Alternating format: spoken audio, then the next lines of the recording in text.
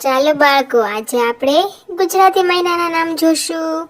સૌથી પહેલા કારતક, માગશર,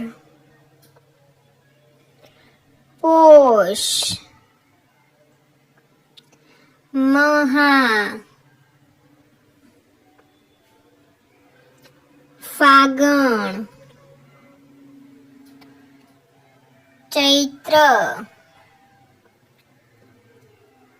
વૈશાખ, જેઠ, અષાઢ,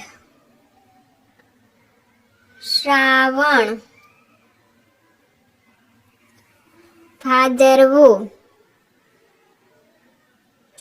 આસો. મારો આ વિડીયો તમને કેવો લાગ્યો?